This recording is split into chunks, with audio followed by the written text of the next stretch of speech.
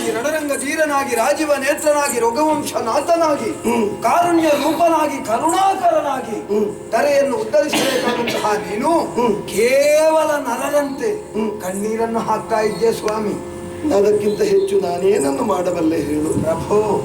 ಏನು ನಿನ್ನ ನಾಟಕ ನಮಗೆ ಅರ್ಥ ಆಗುವುದಿಲ್ಲ ಎನ್ನುವ ಹಾಗೆ ಭಾವಿಸಿದೆಯಾ? ಇದು ನನ್ನದು ನಾಟಕ ಅಂತ ಭಾವಿಸಿಕೊಂಡ್ರೆ ಖಂಡಿತವಾಗಿಯೂ ಹೌದು. ಈ ಹಿಂದಿನ ಒಂದು ಪ್ರಕರಣವನ್ನು ನಿಮಗೆ ನೆನಪಿಸ್ತೇನೆ. ನಿಮ್ಮ ಗುರುಗಳಾದಂತಹ ವಿಶ್ವಾಮಿತ್ರರು ಅಡಿಗಡಿಗೆ ನಿಮಗೆ ಎಚ್ಚರಿಸ್ತಾ ಇದ್ದಂತಹ ಮಾತು, ಕೌಸಲ್ಯ ಸುಪ್ರಜಾ ರಾಮ ಪೂರ್ವ ಸಂಧ್ಯಾ ಪ್ರವರ್ತತೆ ಉತ್ತಿಷ್ಟ ನರಶಾರ್ದೂಲ ಕರ್ತವ್ಯಂ ದೈವ ಮಾಹ್ನಿಕಂ. ಕರ್ತವ್ಯದಲ್ಲಿ ಹಿಂದುಳಿಬೇಡಿ. ನೀವೇನು, ನಿಮ್ಮ ನೆಲೆ ಏನು, ನಿಮ್ಮ ಬೆಲೆ ಏನು ಎನ್ನುವುದನ್ನು ಅರ್ಥ ಮಾಡಿಕೊಳ್ಳಿ ಸ್ವಾಮಿ. ಗುರುಗಳೇ, ಸ್ವಸ್ವರೂಪ ಜ್ಞಾನ ವಿಹೀನನಾಗಿ ನಾನು ಕರ್ತವ್ಯವನ್ನು ಮಾಡುತ್ತಾ ಇದ್ದೇನೆ. ಹಾಗಿದ್ರೆ ಸ್ವಸ್ವರೂಪವನ್ನು ನನಗೆ ತಿಳಿಸಿಕೊಟ್ಟವರಲ್ಲ ಗುರುಗಳಾದಂತ ಅಗಸ್ತ್ಯರು. ಆದಿತ್ಯ ಹೃದಯವನ್ನು ಬೋಧಿಸಿದ್ದಾರೆ, ಅದು ರಕ್ಷಾ ಕವಚವಲ್ವೇ? ಹಾಗೆಂದು ಈ ಶರ ಬೇಡ ಅಂತ ಅವರೇ ಕೊಟ್ಟದಲ್ಲೋ ಶಾಜ್ಞ. ಅದನ್ನು ಧರಿಸಿ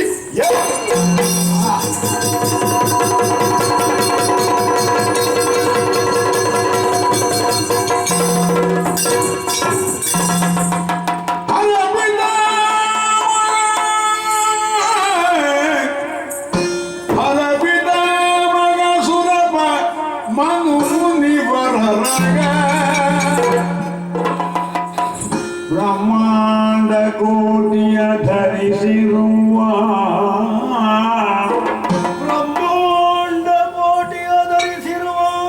ಶ್ರೀ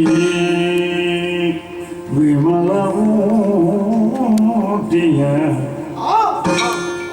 ಶ್ರೀ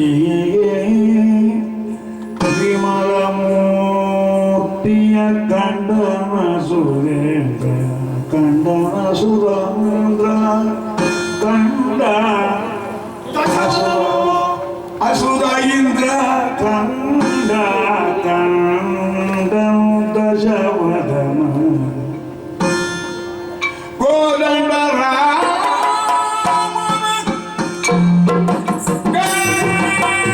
ಕಂಡರು ಕಂಡರು ದಶವದನ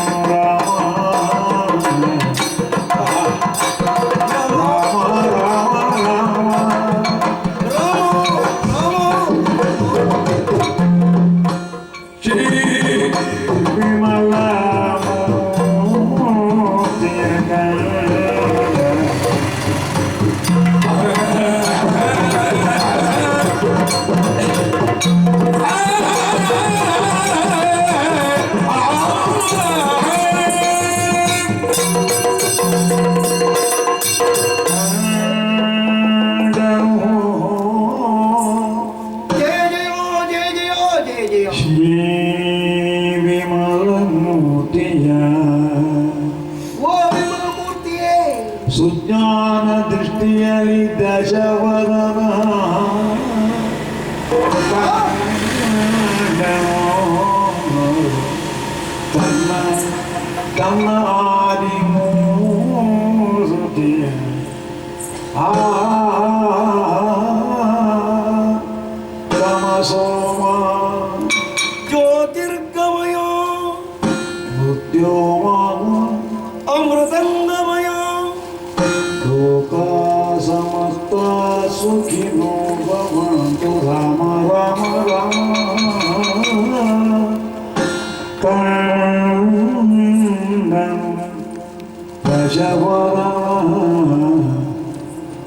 ಮೋಕ್ಷದಾಯಕ ಜಯ ಜಯ ಜಯ ಜಯ ಜಯ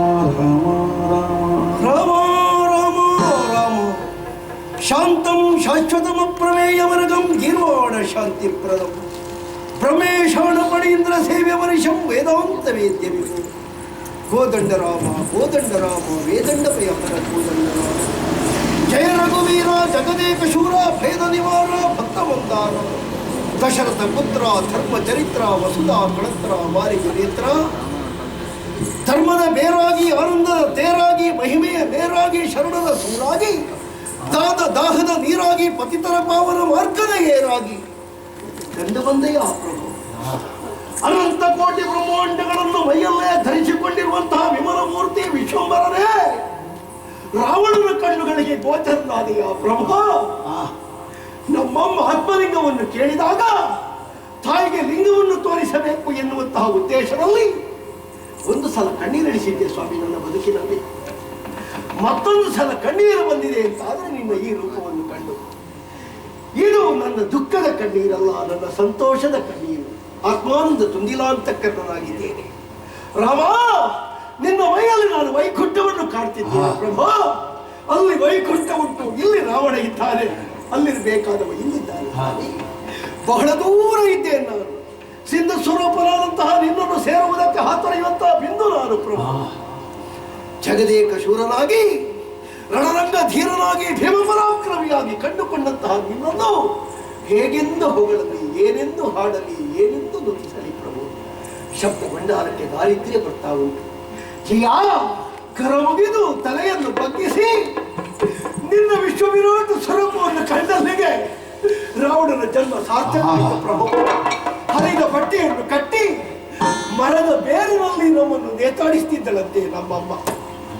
ಆದರೆ ನನ್ನ ಸಾಹಸದ ಮೂಲಕವಾಗಿ ನಾನು ಎಲ್ಲಿಗೆಲ್ಲ ಹೋಗಿದ್ದೇನೋ ಅಲ್ಲಿ ಹರಿದ ಬಟ್ಟೆಯೂ ಇಲ್ಲದ ಹಾಗೆ ತಂದಿದ್ದೇನೆ ಸ್ವಾಮಿ ಸಂಪತ್ತನ್ನು. ಒಂದು ಬಟ್ಟೆ ಎಲ್ಲಕ್ಕೆ ಗತಿ ಇರಲಿಲ್ಲ ನಮ್ಮವರಿಗೆ. ಚಿನ್ನದ ಸೌಟನ್ನಿಟ್ಟುಕೊಂಡು ಈ ಕಾಲಕ್ಕೆ ನಮ್ಮಲ್ಲಿ ಹುಟ್ಟುತ್ತಾ ಇದ್ದಾರೆ ಪ್ರಭಾ. ಇದು ರಾವಣನ ಸಾಹಸ ಅಲ್ಲ, ನಿನ್ನ ಪ್ರಸಾದ, ನಿನ್ನ ಪ್ರಕೀರ್ತಿ. ನಾನೇನು ಅಂತ ನಿನಗೆ ಗೊತ್ತಲ್ಲ. ನನ್ನ ಕಡೆಯ ಕಾಲ ಸಮೀಪಿಸ್ತಾ ಉಂಟು ಪ್ರಭಾ. ನಿನ್ನ ಮುಂದೆ ಯಾವ ತನವನ್ನು ನಾನು ತೋರಿಸಲಾರೆ. ಕೇವಲದಲ್ಲಿ ಕೇವಲವಾಗುವುದಕ್ಕೆ ಮಾತ್ರ ಇರುವುದು. ಸಾವಿರದಲ್ಲಿ ಸಾವಿರದೇ ಇರುವಂತಹ ನಿನ್ನಲ್ಲಿ ಸಾವಿರದಲ್ಲಿ ಸಾವಿರವಾಗಿ ಸೇರಿಕೊಳ್ಳುವಂತಹ ತರುವ ಜೀವ ಇದು. ಜಯತೋ ಜಯ ಸಚ್ಚಿದಾನಂದ ರೂಪ ಚ್ಯುತಿರಹಿತ ಚ್ಯುತ ಸಚ್ಚಿದಾನಂದ ಜಯ ಜಯತು ಜಯ ಜಯತು ಘನ ಮಹಿಮ ಕೀರ್ತಿ ಕಲಾಪ ಜಯ ಜಯ ಜಯ ಜಯ. ಸಾಕು ಸಾಕು ಬೇಡ ಜಯ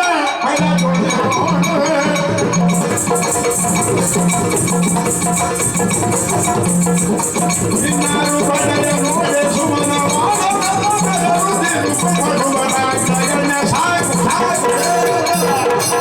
ಸಾಕು ಸಾಕು ಸಾಕು ಚಲಬಲ.